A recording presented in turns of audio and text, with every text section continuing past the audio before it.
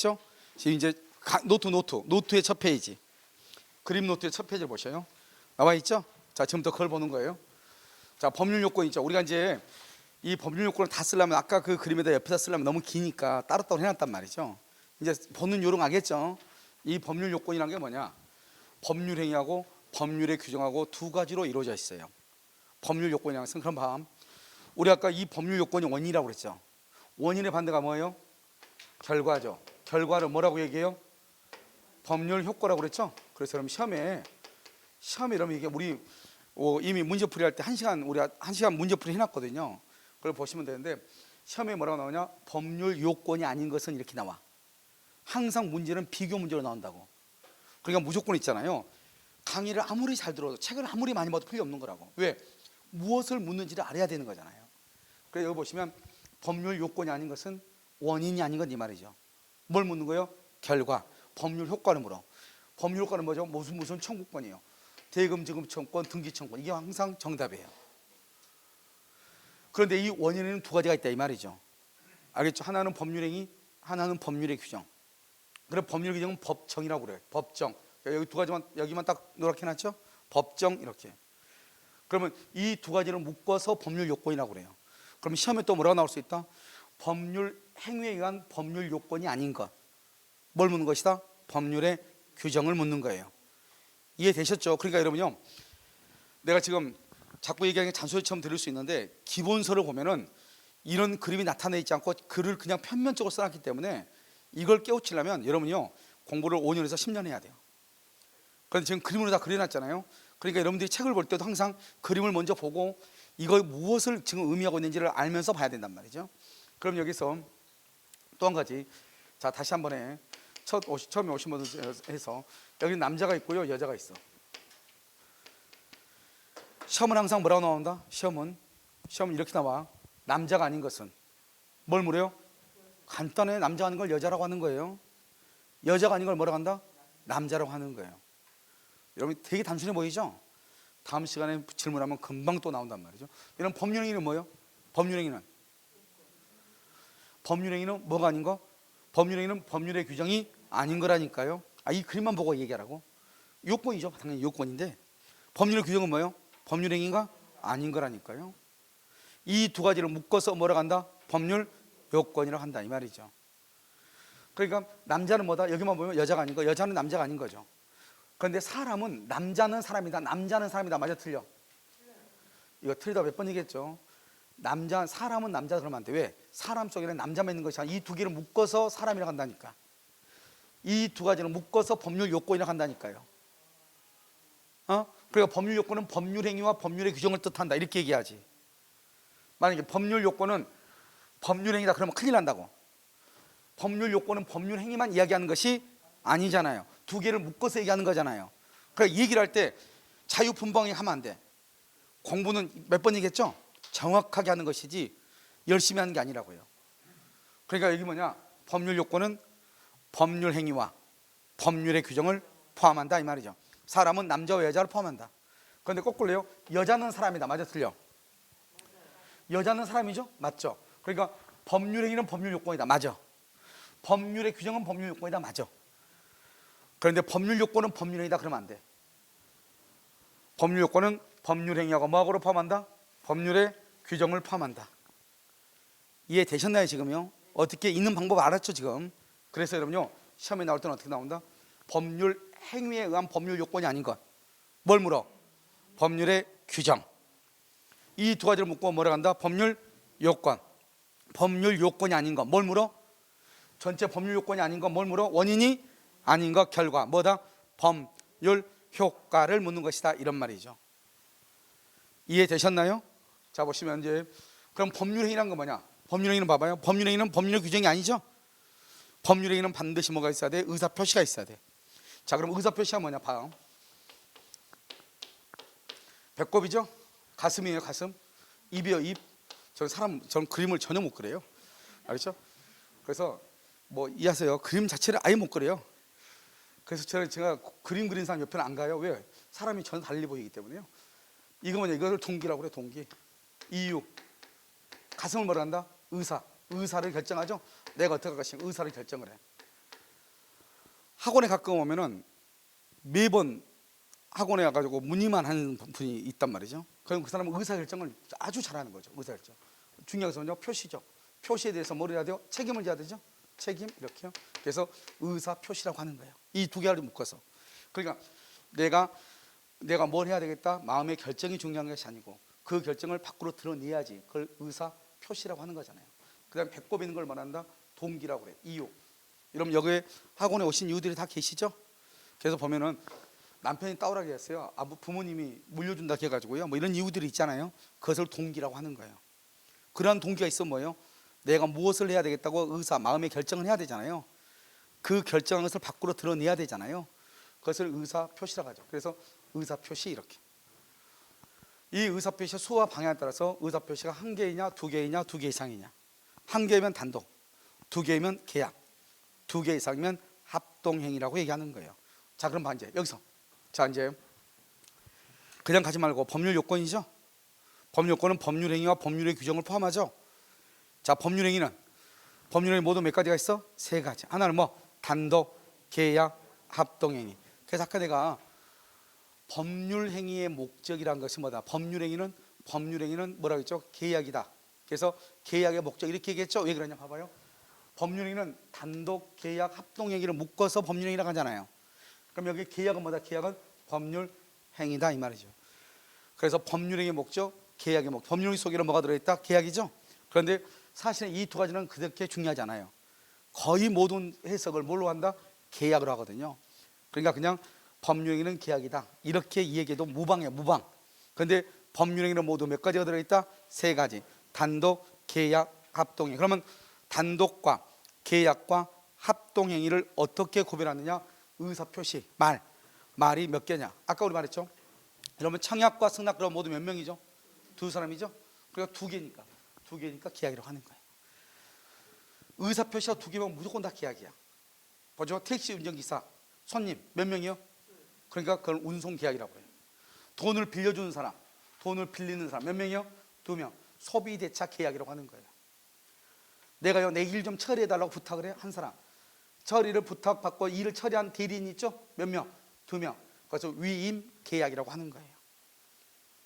그러니까 두 개면 의사표시가 두 개면 무조건 뭐다? 계약인 것이에요. 하나이면 뭐라고 한다? 단독. 두 개이면 계약.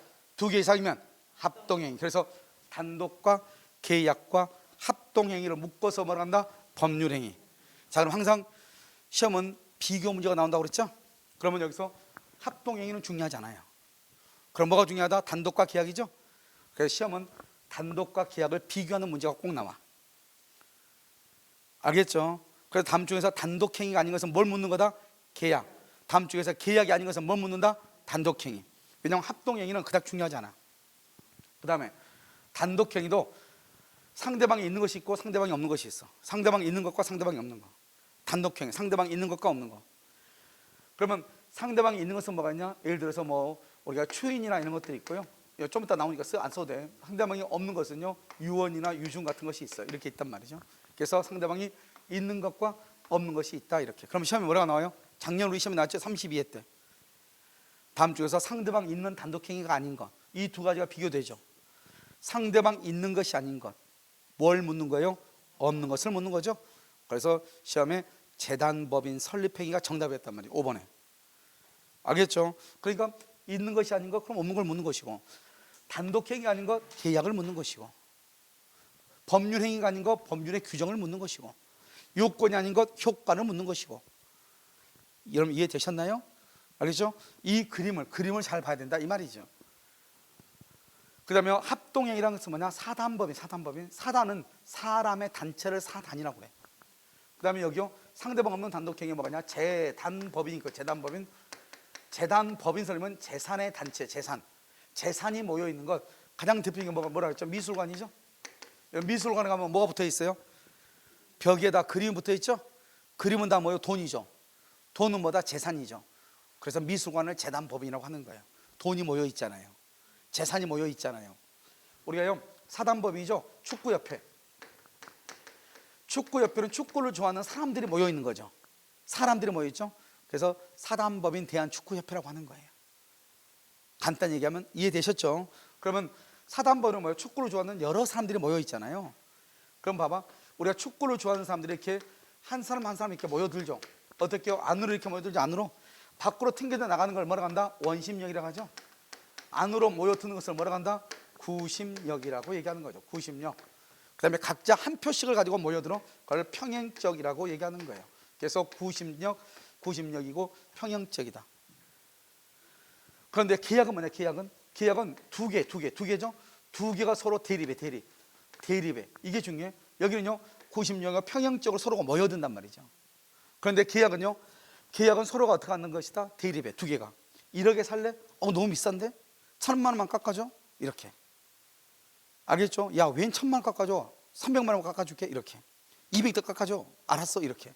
그래서 두 사람이 반드시 뭐가 있어야 돼요? 합의가 있어야 돼. 합의. 그래서 두 개가, 한 개, 두 개가 대립해. 이게 대립이라는 것이 키워드예요. 계약은. 그런데 합동행위는요, 대립이라는 말이 나오면 돼, 안 돼? 안 되죠.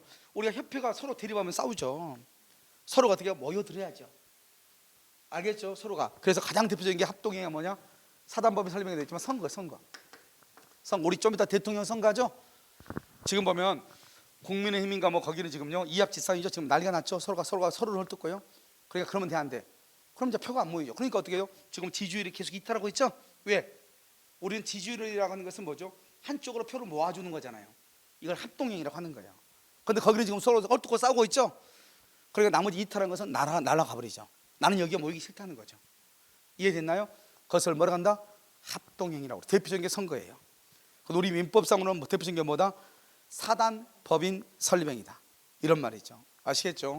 그래서 여러분들이 일단 이 구조, 전체적인 구조를 보는데 전체적인 구조보다 더 중요한 것이 뭐냐? 우리가 법률 요건은 두 가지가 있다. 원인은 법률행위와 법률의 규정. 법률행위는 반드시 뭐가 있어야 된다? 의사표시, 말로 하는 것이고, 법률의 규정은 말로 하는 것이 아니다. 그러니까 법률의 규정은 뭐가 없다? 의사표시가 없다. 이걸 법률의 규정이라고 그래요. 뭐가 없다? 의사표시가 없다. 의사표시가 한 개이면 뭐다? 단독. 두 개이면 계약. 두 개 이상이면 합동행위. 그런데 합동행위는 시험에 뭐라고 나오는 다른 시험에 다음 중에서 법률행위가 아닌 것은, 여러분 제 밴드에 보면 다 문제가 올라가 있어. 거기 보면 뭐가 나오냐? 사단법인 설립행위가 나와. 사단법인 설립행위는 합동행위로서 어디에 속한다? 법률행위에 속하는 거죠. 이해됐죠 지금? 이렇게 문제가 나온다니까. 법률행위가 아닌 것은. 그래서 정답 몇 번 여기 보면 좀 이따 보면 부당이득이라는 게 나와. 그 부당이득은 법에 나와 있는 거라고. 그러니까 법률행위 아닌 것은 법률의 규정을 찾는 거라고. 내가 무엇을 찾는지 알아야 될 거 아니에요. 무슨 말인지 알겠죠? 그래서 사단법인 설립행위는 합동행위로서 어디에 속한다? 법률행위에 속한다. 재단법인 설립행위는요, 상대방 없는 단독행위로서 어디에 속한다? 법률행위에 속한다. 이 말이죠. 반드시 말로 한다. 의사표시가 있어야 된다. 우린 그것을 뭐라 한다? 법률행위. 의사표시가 있으면 절대로 안 된다. 법률의 규정이라고 하는 거예요. 그럼 봐봐, 법률행위는 의사표시 수가 최소한 몇 개 있어야 돼? 최소한? 아무리 없어도 한 개는 있어야지. 아무리 없어도 한 개라도 없으면 뭐가 된다? 한 개라도 없으면 뭐가 돼? 법률의 규정. 그러니까 최소한 몇 개를 있어야 돼? 한 개. 그것을 우리가 말한다? 필수 불가결이라고 그래. 없어서는 절대로 안 된다. 최소한 몇 개는 있어야 된다? 한 개는 있어야 된다. 그걸 필수 불가결이라고 그래. 다시 여기 법률 요건은 뭐다? 법률행위와 법률의 규정. 법률행위는 어디에 속한다? 법률 요건이다. 법률행위는 뭐다? 법률 요건이다. 법률 요건은 법률행위다. 그러면 돼, 안 돼? 안 돼. 법률행위는 법률 요건이다. 법률 요건에는 두 가지가 다 뭐한다? 포함된다. 포함하고 있잖아요 여기. 그러니까 법률 요건은 법률행위와 법률의 규정을 포함한다. 됐나요 지금? 자, 법률행위는 그런데 뭐다? 법률 요건이다. 자, 그럼 지금부터 이제 이걸 가지고 설명을 해. 자, 법률행위는 반드시 뭐가 있어야 돼? 의사표시. 최소한 몇 개? 한 개. 그걸 뭐라고 그래? 필수 불가결이죠. 그래서 여기다 법률행위는 1번 의사표시를, 두 번째 필수 불가결의 요소라는 법률 요건이다. 이렇게 얘기를 해. 지금 됐나요? 다시 법률행위는 뭐라고? 의사표시를 필수 불가결의 요소라는 법률 요건이다. 이렇게 표현을 해. 됐죠? 그래서 그러면 법률행위는 의사표시를 필수 불가결의 요소라는 법률 요건이다. 이렇게 됐죠. 지금 이 말이 아주 중요하다 이 말이죠. 그 다음에 법률의 규정은 모두 몇 가지? 기본적으로 네 가지. 하나는 부당이득, 불법행위, 준법률행위, 사무관리 이렇게 있다. 알겠죠? 여기 봐봐. 민법이 뭐죠? 민법이란 말이 뭐예요? 법률이란 말이에요. 법률. 741조가 뭐죠? 규정이란 말이죠. 법에 규정되어 있다 이 말이죠. 법에 규정되어 있다. 이걸 뭐라 한다? 법률의 규정이다. 여기는 뭘로 한다? 뭘로? 의사표시 말로 하는 것이다. 여기는 뭐로 하는 것이다? 법의 규정, 법에 나와 있다. 법에. 잘 봐봐. 여기 준법률행위라 되어 있죠. 준법률행위. 법률행위와 비스무리한 말이죠. 여기는 법률행위인데 여기는 준이라고 되어 있죠. 준. 그 말이 무슨 말이다? 법률행위는 아닌데 법률행위라고 비스무리하게 취급을 받는다 이 말이죠. 그걸 준한다고 얘기하는 거예요. 준법률행위. 자요, 소비대차는 아닌데 소비대차하고 비스무리하게 대우를 받는다. 준소비대차. 부동산은 아닌데 부동산처럼 취급받는다. 준부동산 이렇게 얘기해. 그래 여기 봐봐요. 우리가 부동산은 뭘 하죠? 등기나 뭐를 해? 등록을 하잖아요. 등기나 등록. 아니요 뭐죠? 우리 보통 부동산은요 등기를 하잖아요. 집은 등기하죠. 그런데요 동산은 등기한다 안 한다? 안 해요. 안 하는데 동산 중에서도 등기를 하는 놈이 있어. 선박 같은 경우는 등기를 하고요. 선박은 등기하고 항공기 같은 경우는 등록을 한단 말이죠. 그러니까요 얘들이 선박이나 항공기는 움직이 안 움직여? 움직이죠. 움직이니까 동산이다 부동산이다? 동산이죠. 그런데 부동산 흉내를 내고 있다 이 말이죠. 부동산 흉내를 내고 있다. 부동산 흉내를. 그것을 뭐라 한다? 준부동산이다. 뭐라 한다? 준부동산이다. 이렇게 얘기해. 부동산은 아닌데 부동산처럼 이 말이죠. 법률행위는 아닌데 법률행위처럼 이 말이죠. 이해되셨나요? 그러니까 준부동산은 그야말로 법률의 규정이다. 왜? 법률행위가 아니니까. 이해되셨나요? 그 다음에 여기 보시면 부당이득은 뭐냐? 타인의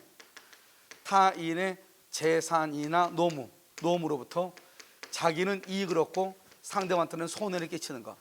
자기는 이익을 얻고 상대방한테는 손해를 끼치는 것, 여기까지를 부당이득이라고 해요. 남의 재산이나 노무로부터 자기는 이익을 얻고 손해를 끼치는 것. 그게 뭐죠? 여러분요, 우리가요 어떤 사람한테 일 시키고 돈 안 주는 거죠. 강제 노역시키고 돈 안 주는 경우 있죠? 우리가 지금요 일본에 강제 징용 가가지고 10년 동안 일했던 거 돈 돌려달라 이 말이죠. 다 뭐요? 부당이득 반환 소송이에요.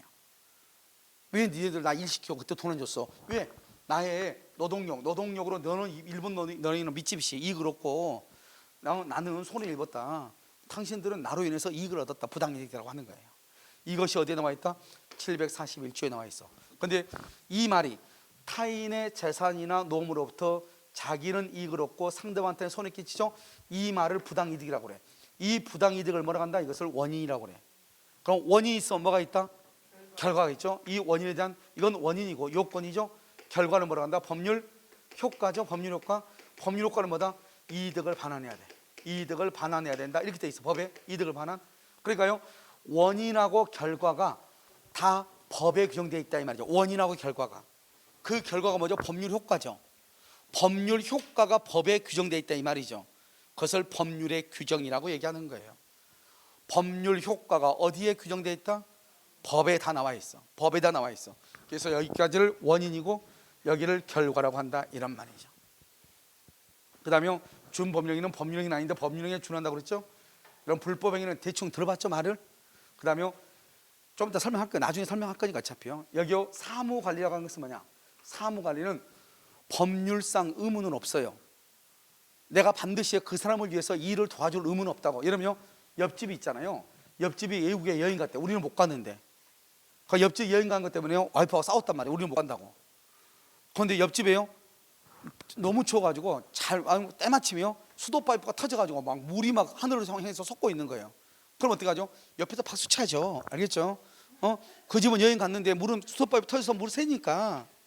그래서 박수를 한참 치다 보니까 양심이 생겨가지고 내가 그 집 수도 파이프를 반드시 수리해 줄 의무가 있어 없어? 없죠. 그런데 내가 뭐죠? 서비스라든가 다른 데요 고치는 데다 전화를 해가지고 그 수도 파이프를요 새지 않게끔 만들었다 이 말이죠. 나는 법률상 의무는 없지만 타인을 위해서 했죠. 그걸 사무 관리라고 얘기하는 거예요. 요즘 이런 거 하면 좋아한다 싫어한다 옆에서. 그래서 요즘 싫어하지. 그래서 요즘은 이게 없어졌어. 실질적으로 이거 이렇게 하는 사람은 시골 사람들 빼고는 안 해. 서울에서 누가 우리 집에 물이 샌다 해서 누가 와서 담띠 넘어가지고 물 했다 그냥 주거 침입죄예요 걔는요. 알겠죠? 고쳐주고 경찰서 가서 구치소에 들어가야 돼. 무슨 말인지 아시겠죠? 그러니까 요즘은 그런 거 없지만 이걸 사무관리라고 하는 거예요. 거의. 그래서 다른 데서는 시험에 나온 적이 거의 없죠. 제가 공인노무사 민법도 강의를 하거든요. 그 공인노무사 시험법에 나와요. 딱 한 번 시험에 나왔어. 딱 한 번. 지금 공인노무사가 17인가 18인가 그러거든요. 딱 한 번 시험에 나온 거라고. 그러니까 의미가 있다 없다? 없다. 이것을 얘기하는 것이죠. 그런데 여러분 이제 내가 이제 얘기하는 것은 뭐냐? 이 전체의 구조를 보자 이 말이죠. 자, 법률 요건하고 법률 요건은 원인이고 법률 효과는 결과이다. 요건이 아닌 것 법률 효과를 찾아라 이 말이죠. 요건이 아닌 것 그러면 전체 이것이 아닌 것 찾으라 이 말이지. 알겠죠? 그러니까 1번 부당이득, 2번 불법행위, 3번 계약, 4번 단독행위. 그럼 5번 해가지고 5번에서 법률 효과, 등기, 청구권 이렇게 나온다 이 말이죠. 두 번째요, 법률 행위가 아닌 것 법률의 규정을 찾는 것이다. 그래서 법률 행위가 아닌 것 1번, 2번, 3번, 4번 중에 하나가 정답이다. 그 다음에 단독행위가 아닌 것 계약을 묻는 것이다. 상대방 있는 단독행위가 아닌 것 상대방 없는 것을 묻는 것이다. 이런 뜻이에요. 알겠죠? 그래 전체적인 구조를 딱 보고 그 다음에 법률행위에서 우리가 문제가 10문제가 나와요. 법률행위에서 민법 총칙에서 10문제. 그런데 이 법률행위라고 하는 것이 뭐냐? 반드시 뭐가 있어야 된다? 의사표시가 있어야 된다. 몇 개 있어야 된다? 최소한 1개. 그 최소한 1개를 뭐라고 표현한다? 필수 불가결의 요소다 이렇게 표현하죠. 그래서 법률행위는 어디에 속한다? 법률 요건에 속한다 이런 뜻이에요. 뭐가 아니고 법률 효과가 아니고 어디에 속한다? 법률 요건에 속한다. 여러분 지금 이해되셨나요? 이렇게 얘기를 하는 것이에요. 그래서 여러분요 첫 페이지에 가는 것이 여러분요 이제 다 끝난 것이에요. 그래서 여러분요 한 장 더 넘겨 이제. 자, 죄송 안 했어. 여기 의사표시 뭐죠? 의사표시는 청약이죠. 여러분 청약이란 게 뭐냐 이 말이죠. 그럼 잘 봐봐. 여기 갑을 우리 뭐라 했죠? 갑하고 했죠? 갑을 표의자라고 하죠. 갑이 을한테요 청약을 하죠. 청약을 뭐라 한다? 의사표시라고 하죠. 너 내 집 1억 원에 살래 이 말이죠. 을이 그러면 승낙을 하죠. 승낙을 뭐라 한다? 의사표시. 이 청약과 승낙을 뭐라 한다? 법률 사실이다 이렇게 얘기하자. 법률 사실이요. 법률 사실. 그럼 청약과 승낙이 일치가 되죠. 그럼 여기서 뭐가 이루어진다? 계약이 이루어지고 이 계약에 의해서 갑은 을한테 대금을 받을 권리가 있고요. 을은 갑한테 등기를 가져올 권리가 있잖아요. 등기 이렇게요. 이것을 뭐라 한다? 법률 효과라고 하는 거죠. 법률 효과요. 자, 그럼 봐봐. 여러분 갑이 을한테 왜 1억 원에 청약을 했죠? 갑이 을한테 1억 원에 청약한 이유가 뭐예요? 갑이 을에게 사라 청약한 것은 계약을 하기 위해서예요? 돈 1억을 받기 위해서요? 이 을은 왜 1억에 승낙을 했죠? 계약을 하기 위해요? 등기를 가져오기 위해서요? 등기죠. 그러니까 갑의 최종 목표는 대금이고 을의 최종 목표는 등기라고요. 대금과 등기를 뭐라고 한다? 법률 효과라고 하죠. 그러니까 갑이 을한테 청약을 했다. 의사표시를 했다 이 말이죠. 여기 의사표시를 했다 이 말이죠. 갑이 을한테 의사를 표시한 것은 이 사람은 뭐를 가져오기 위해서다? 등기, 대금을 가져온다. 대금은 뭐다? 법률 효과. 이것을 뭐한다? 원한다 이 말이에요. 원한다. 그래서 여러분들이요 하고 나가지고 청약을 한 이유가 뭐죠? 나 강의 듣고 싶습니다. 청약한 이유는 강의를 듣기 위해서지 돈 주기 위해서 온 게 아니잖아요. 여러분 집에 돈밖에 없어서 돈 주러 왔어요? 그게 아니잖아요. 나는 돈 주고 뭐 하기 위해서 왔죠? 강의를 듣기 위해서 왔지 수강 계약서를 쓰러 온 게 아니잖아요. 여러분의 궁극적인 목적은 뭐다? 강의를 듣는 것이고 학원의 궁극적인 목적은 돈을 받는 것이죠. 수강 계약서는 중요하지 않다고. 그래서 학원에서요 수강 계약서 꼼꼼하게 쓰라고 해요? 적당히 쓰라고 그래요? 적당히 쓰라고 그래. 빨리빨리 돈 주고 가라고. 알겠죠? 여러분도요 이것저것 다 쓰려고 하니 어차피 강의 들을 건데 왜 이런 거 다 쓰라고 그래 이래. 그럼 이름만 쓰세요. 그러면 좋아해 또. 무슨 말인지 알겠죠? 왜? 내가 궁극적으로 원하는 것은 계약서 쓰는 게 아니라고. 내가 궁극적으로 원하는 것은 뭐다? 강의를 듣는 거지. 여기다가 내 신상, 개인 신상을 다 쓰는 게 아니잖아요. 그래서 우리는 계약서를 쓰는 게 중요한 것이 아니고 뭐가 중요하다? 강의를 듣고 수강료를 받는 것이 중요하다 이 말이죠. 그것을 뭐라고 한다? 법률 효과라고 하는 것이다. 그래서 여러분이 학원에 오셔가지고 청약을 한 이유는 나는 강의를 듣고 싶습니다, 나는 법률 효과를 원한다 이 말이죠. 그것을 청약이라고 하는 거예요. 알겠죠? 그래서 뭐죠? 자, 의사표시라고 하는 것은 뭐다? 누가? 표의자. 표의자가 누구죠? 갑이죠. 뭐한다? 원하는 거죠. 원하는 것을 의욕한다고 그래요. 무엇을 원해요? 여기 보면 법률효과죠. 법률효과는 뭘 한다? 대금하고 등기죠. 매도인은 대금이고 매수인은 등기죠. 이걸 법률효과죠. 그래서 이것을 우리는 뭐한다? 이것을 청약이라고 하고 승낙이라고 하는 거예요. 그런데 여기 봐봐요. 이 청약과 승낙을 뭐라고 한다? 법률 사실이다. 그래서 이것을 법률 사실이라고 얘기하는 거예요. 이제 여러분요, 용어 하나 끝나. 그러니까 여러분 봐. 만약에 누군가가 의사표시가 뭐예요? 이렇게 물어봐. 그러면 그걸 대답할 수 있는 사람이 몇 명이나 되겠어요? 알겠죠? 아까 우리가 의사표시는 내 집을 1억 원에 사라 이 말이죠. 그것이 의사표시인 건 사실인데 그것을 법률적인 용어로 어떻게 표현한다? 누가? 말하는 사람은 표의자라고 해. 나. 여러분이 학원에 오시면 여러분이 표의자, 학원이 여러분을 찾아가면 학원이 표의자. 먼저 말을 하는 사람, 표의자가 뭐한다? 원하는 거죠. 뭐를 원해? 대금을. 그걸 뭐라고 한다? 법률 효과. 우리 의사표시는 뭐에 어디에 속한다? 법률 사실이다 이 말이죠. 우리는 청약이라고 하는 법률 사실, 승낙이라고 하는 법률 사실, 모이면 매매라고 하는 계약이 이루어지죠. 계약을 뭐라고 한다? 법률 요건. 법률 요건은 뭐다? 원인. 원인에 대해서 뭐가 있다? 결과. 결과를 뭐라고 한다? 법률 효과. 법률 효과는 두 가지가 중요하죠. 항상 물건을 기준으로 하니까 등기 청구권하고 대금 청구권. 등기 청구권, 대금 청구권. 이 두 가지를 뭐라고 한다? 법률 효과. 다른 말로 원인이다, 결과다, 결과. 이렇게. 그래서 여러분요, 다시 이제 우리가 한번 보시면, 그러면 이 의사표시라는 것이 뭐냐 이 말이지. 청약이라고 하는 것이 뭐냐 이 말이에요. 내가 왜 청약을 했느냐? 나는 누가요? 표의자인 나는 원한다 이 말이죠. 뭐를 원해요? 대금하고 등기를 원한다 이 말이죠. 이 법률 효과는 뭐라 한다?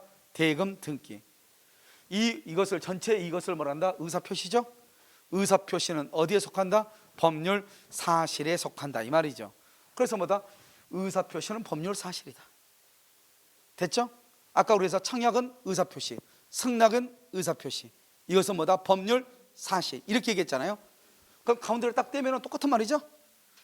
그런데 이제 의사표시를 좀 더 자세하게 설명하면 표의자가 법률 효과의 발생을 원한다 이 말이죠. 자, 그러면 여기서 이제 봐. 여러분요, 우리가 이제 의사표시를 설명을 하잖아요. 설명할 때 어떻게 하는 것이냐? 나처럼 꼭 설명하지 말라고 그랬어요. 이 세 단어만 들어가면 무조건 되는 거예요. 무슨 말인지 알겠죠? 그러니까 여러분요, 공부를 할 때 어렵게 공부를 하지 마. 이걸 생각을 여러 가지로 하면 된단 말이죠. 의사표시는 누가? 표의자가 뭐 하는 대로?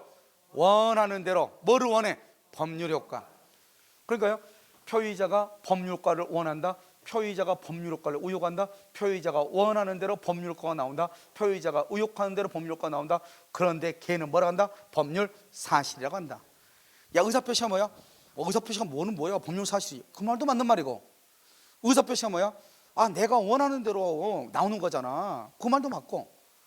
그러니까요, 우리가 굳이 막 표의자가 원하는 대로 다 쓰지 않아도 법률 효과는 내가 원하는 대로, 법에 정해진 대로 뭐 법률의 규정, 법에 규정된, 법에 나와 있는 대로 법률의 규정. 내가 표의자는 나죠. 내가 원하는 대로 뭐라 한다? 그것을 의사표시. 그 의사표시를 필요로 하는 걸 뭐라 한다? 법률 행위. 그러니까 법률 행위는 뭐다? 내가 뭐 하는 대로? 원하는 대로. 이 말이잖아요. 법률의 규정은 뭐예요? 법에 규정된 대로. 모든 것이 법에 규정된 대로 법률의 규정. 내가 스스로 원하는 대로 법률 행위. 그러니까 여러분들은 학원에 수강 등록했죠? 그럼 여러분은 법률의 규정이에요? 법률 행위예요? 법률 행위다 이 말이죠. 여러분 민법에서 남양주 공공중개사 학원 가라 돼 있어 안 돼 있어? 안 돼 있죠? 그러니까 법률 행위지 뭐예요? 법에 없다며. 법에 없으면 다 뭐다? 법률 행위라니까요. 여러분들이 이따 끝나면 뭐죠? 대중교통을 이용해서 집에 가겠죠?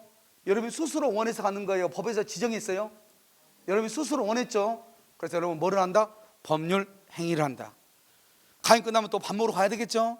식당에 갈 수도 있잖아요. 법이 시켰어요? 내가 스스로 가는 거예요? 내가 가죠? 그걸 뭐라고 한다? 법률 행위라고 하는 거예요. 내가 스스로 원한다. 법률 행위. 법에서 규정한 대로 법률의 규정 딱 두 가지인 것이에요. 크게 봤을 때 그걸 이제 우리는 어떻게 한다? 그렇게만 얘기하면 동네 사람하고 수준이 똑같잖아요. 그래서 한 번 또 업그레이드 시켜줘야 되겠죠. 그때 이제 말하는 게 뭐다? 표의자가 이렇게 쓰는 거예요. 일반한테 표의자가 있잖아 이렇게 얘기하면 뭐라고? 이렇게 얘기하겠죠. 알겠죠? 너가 이렇게 얘기하면 되고 내가 이러면 되는데 거기다 대놓고 뭐라고 얘기한다? 표의자가 뭔지 있어 보이잖아요. 알겠죠? 뭐 하는 대로? 원하는 대로 법률 효과가 발생하는 것, 표의자가 법률 효과의 발생을 의욕하는 것, 이것을 우리는 뭐라 한다? 의사표시. 의사표시가 반드시 있어야 되는 것을 뭐라 한다? 법률행위. 그러면 이제 봐, 이제 그림을 보고 지금부터 설명을 해. 아까 말하겠냐? 법률행위는 의사표시를 필수 불가결의 요소라는 법률 요건이다. 다시 이제 이 의사표시 대신에 이걸 집어넣어. 똑같은 말이니까.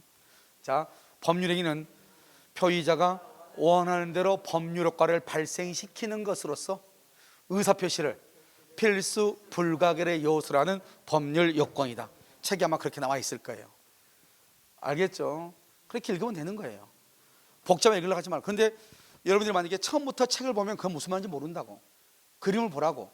그런데 내가 그림들 읽었더니 똑같이 안 돼 있어. 관계없다고.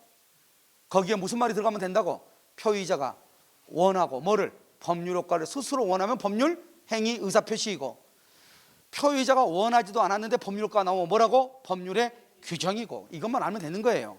이 두 가지를 묶어서 뭐라고 하고? 법률 요건이고, 법률 요건은 원인이다 결과다? 원인이다. 이렇게 이해되셨죠? 그래서 이것을 얘기해. 그래서 그럼요 첫 페이지에 그게 나와 있는 것이고, 자 이제요, 자 그 다음 장 보세요. 그 다음 페이지 보면 물권행위가 채권행위 돼 있죠? 물권행위, 채권행위. 그럼 물권행위는 뭐고 채권행위? 먼저 여기 봐. 설명을 잠깐 해야 돼. 자, 우리가 물권법이라는 걸 설명을 잠깐 해야 돼. 물권. 우리 물권법에서는 14문제가 나와요. 이 물권에는 뭐가 있냐면 여기요 점유권하고요, 점유권하고 본권이 있어. 아직 안 배운 사람을 위해서 얘기 잠깐 해주는 거예요. 점유권과 본권 이렇게. 점유는 뭐죠? 여기 내가 뭘 잡고 있죠? 이걸 점유권이라고 그래요. 간단히 얘기하면. 자, 이 본권에는 뭐가 있어요? 본권에는 소유권하고 제한물권이라고 돼 있어. 제한물권. 자, 소유권과 제한물권. 제한물권은 또 뭐냐? 사용하고 수익한다. 용익물권하고요. 그 다음에 여기 뭐가 있다? 담보물권이라고 되어 있어요. 용익물권에는요 지상권이 있고요, 지역권이 있고요, 그 다음에 전세권이 있어요. 전세권이 있고, 그 다음에 여기 유치권이 있고요, 그 다음에 질권이 있고요, 저당권이 이렇게 있어요. 자, 여기서 뭐냐? 우리 물권은요 여기 소유권, 그 다음에 지상권, 지역권, 전세권, 유치권, 질권, 저당권, 이 8가지에서 우리가 이제 물권이라고 하는데요. 자, 그럼 여기 이제 계속해서 지금 분류가 계속 나오고 있죠? 여기 잘 보라고. 무조건 들이대지 말고. 알겠죠? 무조건 들이대면 누가 된다? 김우기대 큰일 나. 알겠죠? 여기 봐봐. 지상권, 지역권, 전세권 3가지를 묶어서 무슨 물권이라고 한다? 용익물권이라고 그래. 여기서 좀 구별되잖아요. 유치권, 질권, 저당권 3가지를 묶어서 뭐라고 한다? 담보물권. 이 전체를 묶어서 뭐라고 한다? 제한물권. 됐죠? 제한물권과 소유권 이 전체를 묶어서 말한다. 이 전체를 묶어서 뭐라고 한다? 이것을 본권이라고 그래. 본권. 본권하고 점유권을 묶어서 뭐라고 한다? 물권이라고 그래. 알겠죠? 그러니까 여러분 크게 보면 뭐다? 그래서 시험에 이러면 이렇게 나왔잖아. 시험에 점유권하고 본권은 같은 거예요? 틀린 거예요? 지금 비교하고 있죠. 점유권은 뭐가 아니요? 본권이 아니고, 본권은 점유권이 아니고. 이걸 얘기하는 거야. 간단히 얘기하면 처음에는 그림을 보고 구별할 때는 그렇게 한다고. 우리가 물권은 뭐다? 물권은 점유권과 본권이다. 알죠? 그럼 점유권은 뭐다? 본권이 아닌 것. 본권은 점유권이 아닌 것. 이렇게 읽는 거예요. 처음에 읽을 때는. 자, 두 번째, 본권에는 뭐가 있다? 소유권하고 제한물권이 있고, 제한물권은 뭐가 있다? 사용하고 수익한다. 사용하고 수익을 줄여서 용익이라고 그래. 담보다. 이렇게 했는데 봐. 여기 이제 본권이라는 게 뭐냐면 점유하는 것을 정당화시켜. 정당화. 점유를 정당화시키는 거예요. 한번 볼까요? 항상 내가 주차를 얘기해. 남의 아파트가 주차가 돼 있어요. 이렇게 차들이 주차가 돼 있어. 주차가 돼 있다는 것은 한 칸을 점유하고 있다 이 말이죠. 그 점유하는 것을 정당화해 주는 것을 본권이라고 그래. 여기는요, 여기는 주차 금지 딱지가 붙었는데 여기 두 개는 주차 금지 딱지가 없죠. 왜 그러냐? 이 사람은 주차할 정당한 권리가 있다 이거지. 그게 뭐다? 그 사람은 그 아파트의 소유자다 이 말이에요. 한 사람은 소유자고 한 사람은 누구다? 그 아파트에 사는 전세권자다 이 말이에요. 그러니까 소유자나 전세권자는 그 아파트에다가 주차시킬 수 있어 없어? 있죠. 그것을 뭐란다? 본권이라고 하는 거예요. 본권은 점유하는 것을 정당화시켜. 여러분요, 선생님 잠깐만요. 선생님 혹시 학원에 수강 등록하셨어요? 수강 등록 여기 보세요. 이분이 여기 앉아서 강의를 들을 수 있는 것은 뭐 때문이다? 수강 등록을 했다 이 말이죠. 이 수강 등록을 했다는 것을 여기에서는 뭐라고 표현한다? 본권이다 이렇게 얘기하는 거예요.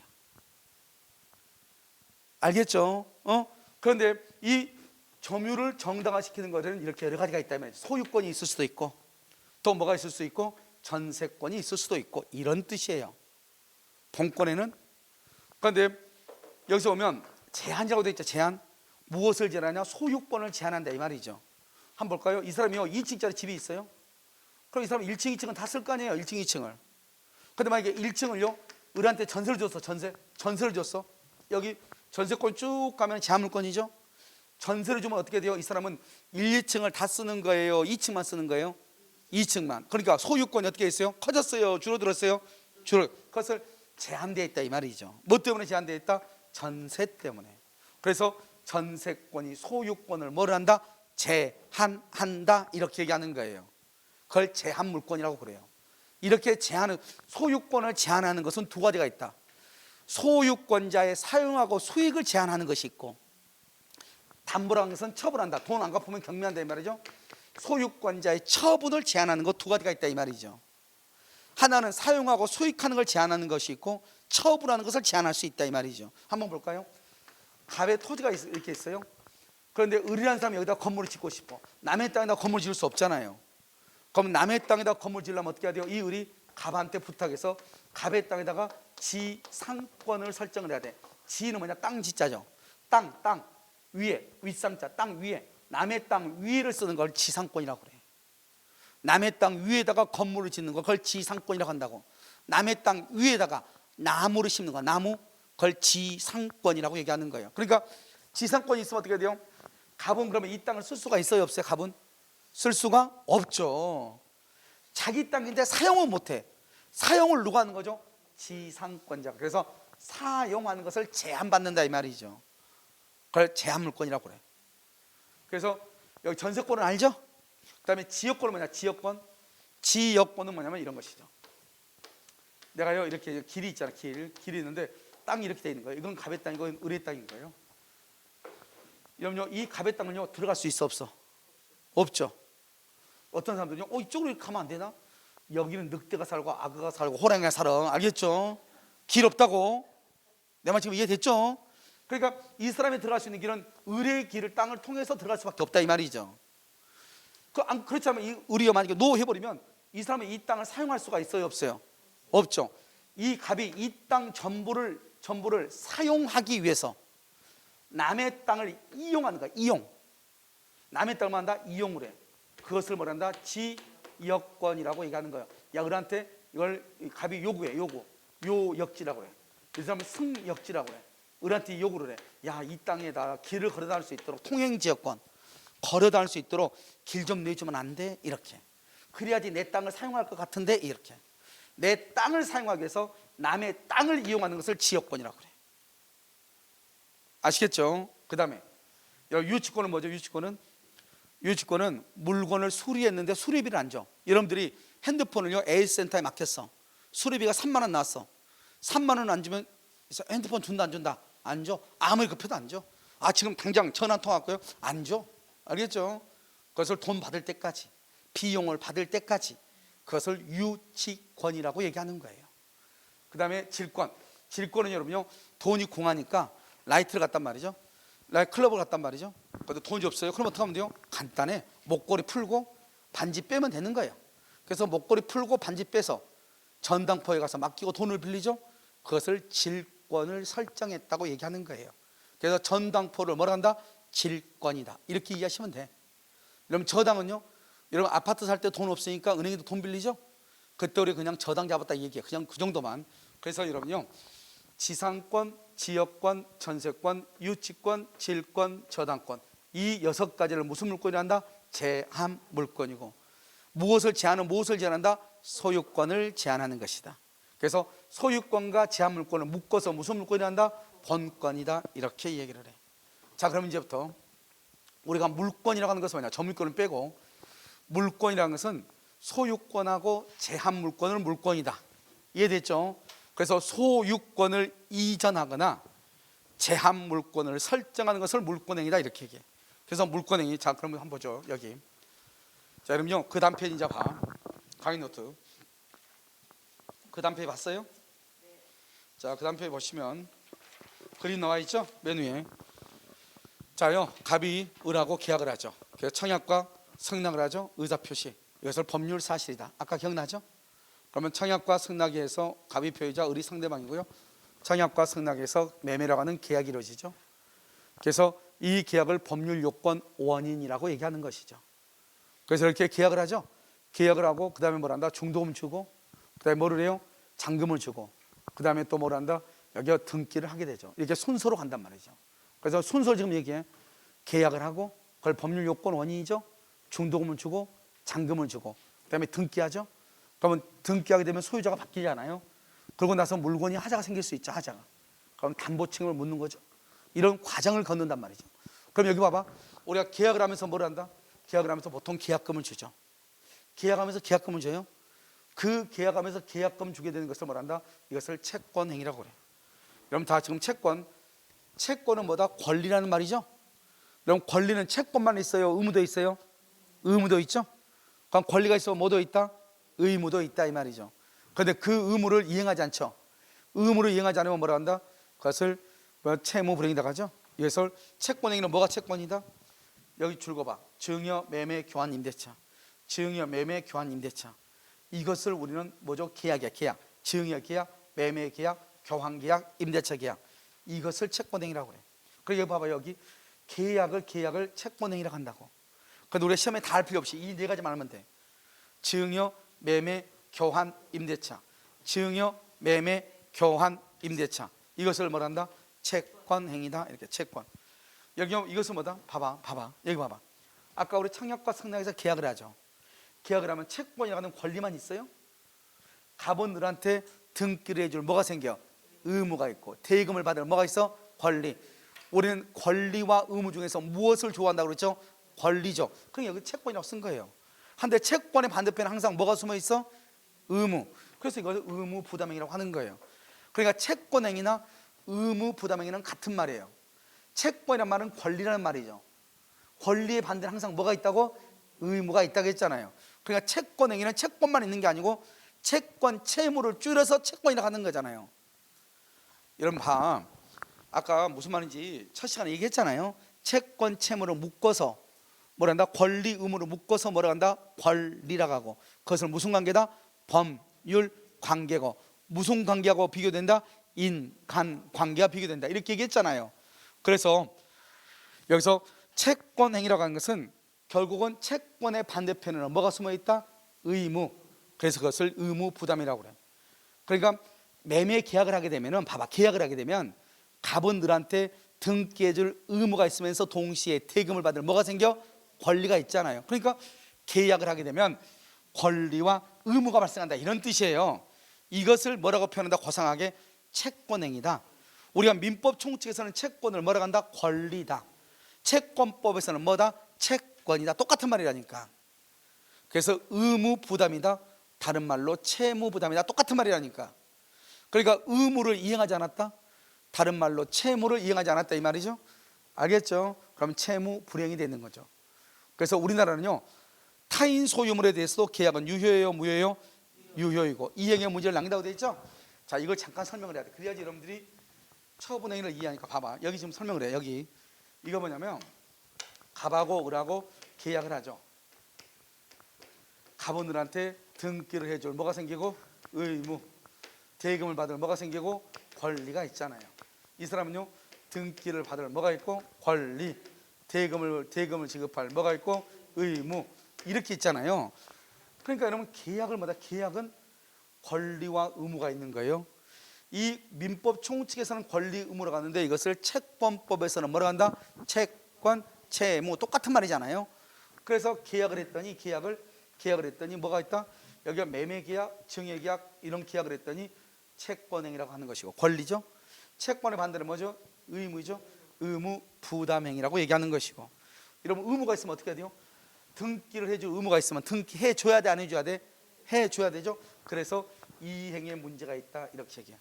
여러분요 국방의 의무가 있죠. 그러면 뭘 해야 돼? 군대 갔다 와야 되죠. 국방의 의무, 그 의무를 이행을 해야 되죠. 그것을 우리는 뭐란다? 국방의 의무에는 이행에 문제가 따른다 이렇게 얘기하는 거예요. 그러니까 이 사람도 대금을 지급할 의무가 있고 등기를 해줄 의무가 남아있는 거예요.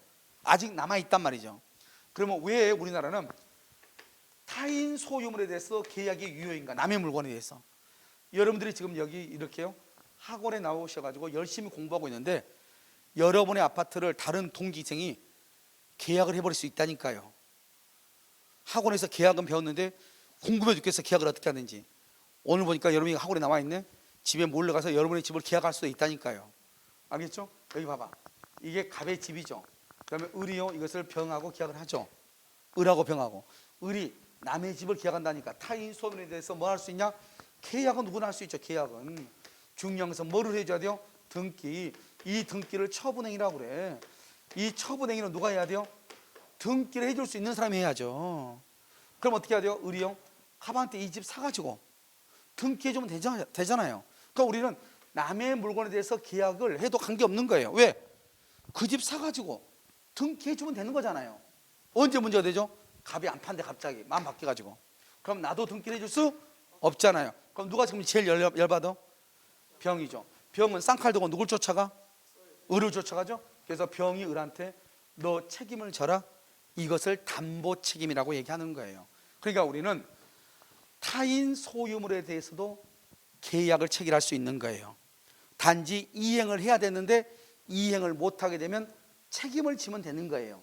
그것을 나중에 설명하는데 담보 책임이라고 얘기를 하는 거예요. 그래서 그런 말이 중요한 것이 아니고 갑과 을이 계약을 하고 계약금을 지급받으면 우린 것을 채권행위. 채권은 뭐죠? 권리니까 반대는 뭐가 있다? 의무. 의무를 부담하는 행위다. 그것은 누구든지 할 수 있고 의무 부담은 그래서 무슨 문제가 남는다? 의무니까 이행의 문제, 이행할 문제가 있다.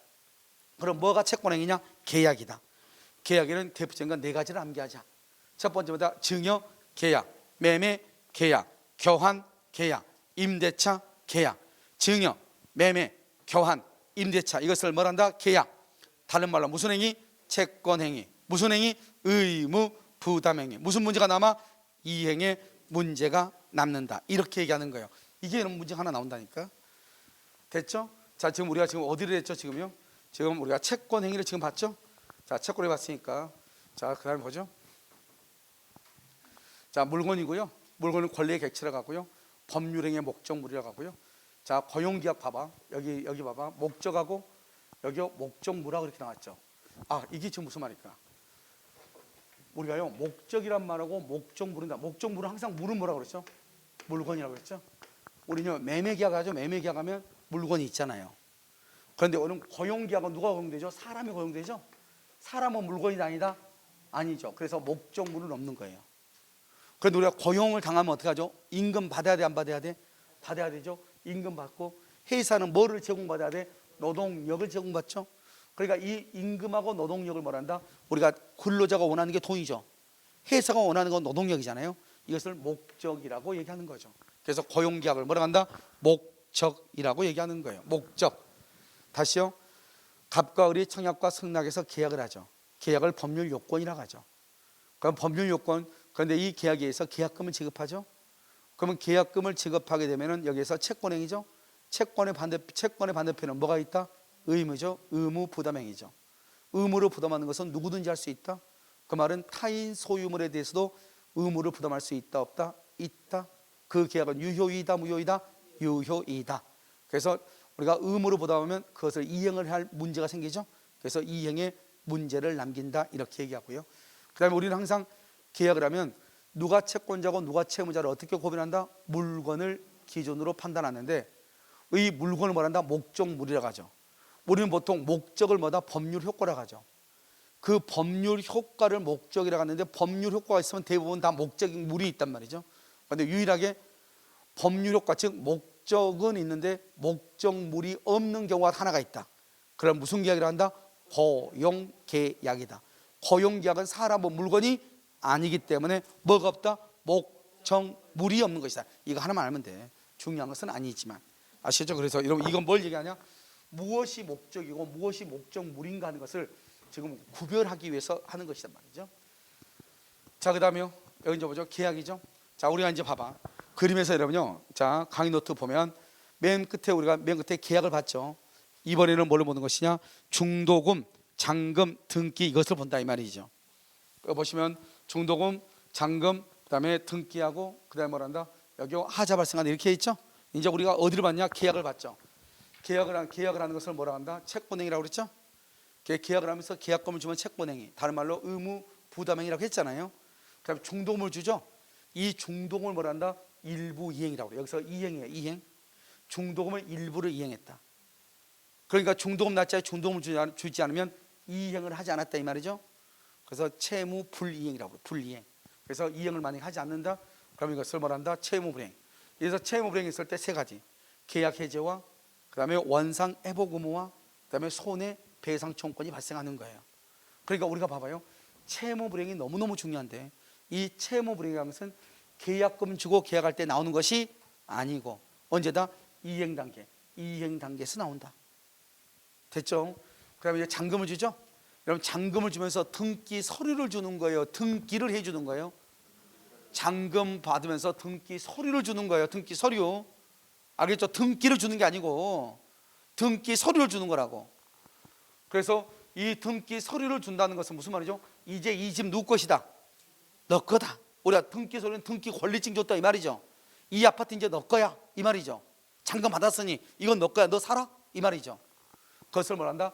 처분행위라고 얘기하는 거예요. 이 처분에는 세 가지가 있어. 첫 번째는 뭐다? 물권행위, 준물권행위, 형성권행사 세 가지가 있어. 중요한 것은 이 두 가지는 이건 중요하지 않고 이 두 가지가 중요해. 물권행위하고 준물권행위하고 물권행위, 준물권. 근데 아까 내가 물권 했죠. 물권 아까 내가 점유권 빼면 물권은 뭐가 물권이죠? 소유권하고 제한물권이죠. 그래서 소유권을 이전하든지 제한물권을 설정하든지 여기에서 중요한 건 제한물권은 세 가지 말하면 돼. 세 가지 지상권, 전세권, 지상권, 전세권, 저당권 세 가지 말하면 돼. 시험에 다른 건 안 나오니까. 그래서 갑의 소유권에다가 지상권을, 전세권을, 저당권을 설정하는 것을 물권이라고 해요. 왜요?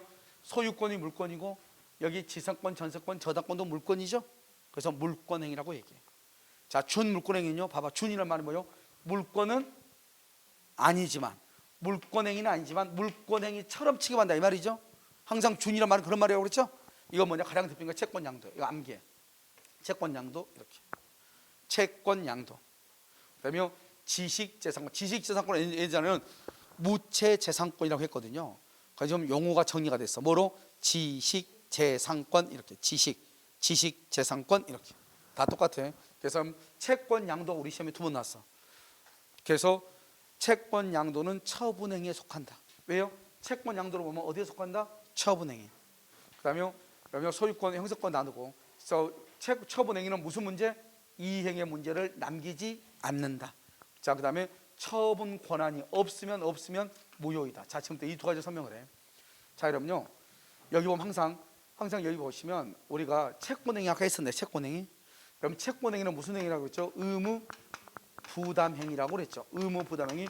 의무 부담행위는 의무가 있으니까 무슨 문제를 남는다? 이행의 문제. 이행의 문제를 남긴다. 이렇게 얘기했죠? 그런데 여기 봐봐요. 지금 여기는 여러분이 만약에 갑하고 을하고 계약을 했다고 해봐. 그런데 갑이요 을로부터 잔금을 받으면서 등기 서류를 줬어. 등기 서류를. 갑은 을한테 더 줄 게 있어 없어? 없죠. 을은 갑에게 잔금 줬잖아요. 더 줄 게 있어 없어? 없죠. 더 이상 줄 것이 없다. 그것을 이행할 문제를 남기지 않는다 이렇게 얘기해. 더 이상 줄 게 없잖아요. 한번 줬으니까 끝이잖아요. 이것을 뭐란다? 처분행위라고 하는 거예요. 만약에 이행에 문제가 있다, 그것을 채권행위라고 하고 이행에 문제가 없다, 처분행위다 이렇게 얘기하는 거예요. 더 이상 줄 게 없잖아요. 그것을 무슨 행위다? 처분행위다. 이렇게 얘기해. 그 처분행위는 뭐가 있다? 소유권, 아까 소유권하고 분권은 소유권하고 제한물권이죠. 제한물권 속 소유권을 이전하고 제한물권을 설정하는 것. 이때 제한물권은 모두가 몇 가지 있다? 지상권, 전세권, 저당권. 그래서 소유권에다가 지상권을 설정, 전세권을 설정, 저당권을 설정. 그것을 뭐라 한다? 물권행위라고 얘기하는 것이고, 채권양도 그것을 준물권행위라고 얘기하는 거예요. 뭐라 한다? 준물권행위 이렇게 얘기해요. 됐죠 지금? 그래서 여러분요, 시험에서 의외로 처분행위하고 저 채권행위하고 두 가지를 비교해서 시험에 나온단 말이죠. 채권행위라고 하는 것은 채권의 반대로 뭐다? 의무죠. 의무를 부담한다. 알겠죠? 권리는 행사하고 의무는 부담하는 거죠. 의무를 부담하니까 이행할 문제가 있다 없다? 있다. 이렇게 얘기를 한, 이행의 문제를 남긴다. 이렇게 됐죠? 그 다음에 여기서 등기하죠. 등기를 하게 되면 뭐가 한다? 권리가 변동이 되죠.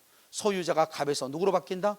을로 바뀌는 것이고, 그리고 살고 있는데 몇 개월 등기해서 몇 개월 살고 있으니까 비가 왔단 말이에요. 장마가 됐어. 근데 그때 비가 샌 거예요. 빗물이. 그럼 빗물이 샌다는 것은 하자 있는 물건을 나한테 팔았다 이 말이잖아요. 그럼 그 사람 책임져야 돼, 안 져야 돼? 져야 되죠. 그것을 뭐라 한다? 담보 책임이다. 이렇게 표현을 하는 거예요. 알겠죠? 그래서 여기서 쭉 이게 흐름이란 말이에요. 흐름.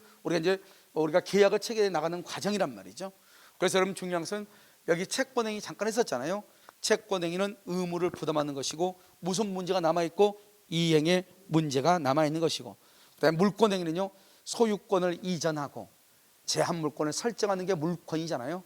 그 물권행위는 이미 소유권을 이전했으니까 더 이상 줄 것이 있다 없다? 없죠. 그것을 뭐라고 표현한다? 이행의 문제를 남기지 않는다고 얘기하는 것이고, 그 다음에 이 물권행위에는 소유권의 이전, 제한물권의 설정, 또 뭐가 있다? 준물권행위. 준물권행위의 대표적인 게 뭐다? 채권양도. 이렇게 채권양도 이렇게 보시면 돼. 그래서 그럼요, 지금 거기 보시면 거기 2의 02 그래가지고 채권행위와 물권행위에서 정확하게 나와 있죠. 좀 이해되셨죠? 자, 그걸 보시면 되는 것이고요. 그 다음에 이제 우리가 이제 뭘 보냐면 03 그래서 법률 사실이라고 되어 있죠. 그래서 여러분요, 맨 그 2페이지 02에 보면 맨 밑에 형성권 나와 있죠. 이것은 다음 시간에 우리가 볼 거예요. 한 장 더 넘겨봐요. 한 장 더 넘기면 거기에 뭐가 나오죠? 법률 사실이라고 그림이 그려져 있나요? 그림 그려져 있죠? 여러분 되게 복잡해 보이죠? 되게 지금 딱 복잡하게 나와 있잖아요. 자, 이것을 가지고 지금요 이제 본단 말이죠. 그래서 다른 시험에서는 여기 이 부분에 관한 것이 문제가 잘 나와요. 근데 우리 시험에서는 18회 때가 나오고 또 한 번 나오고 지문으로 나온 형태로 나왔는데 단독의 문제는 지금 최근에 잘 안 나오고 있긴 해요. 그렇죠? 그런데 이 부분이 아주 중요하니까요. 왜냐하면 민법 전체를 공부하는 데 있어서 아주 중요해요. 그래서 우리가 법률 사실을 가지고요 잠시 쉬었다가요 다시 한번 설명하도록 그렇게 하겠습니다. 아시겠죠? 잠깐 쉬도록 하겠습니다.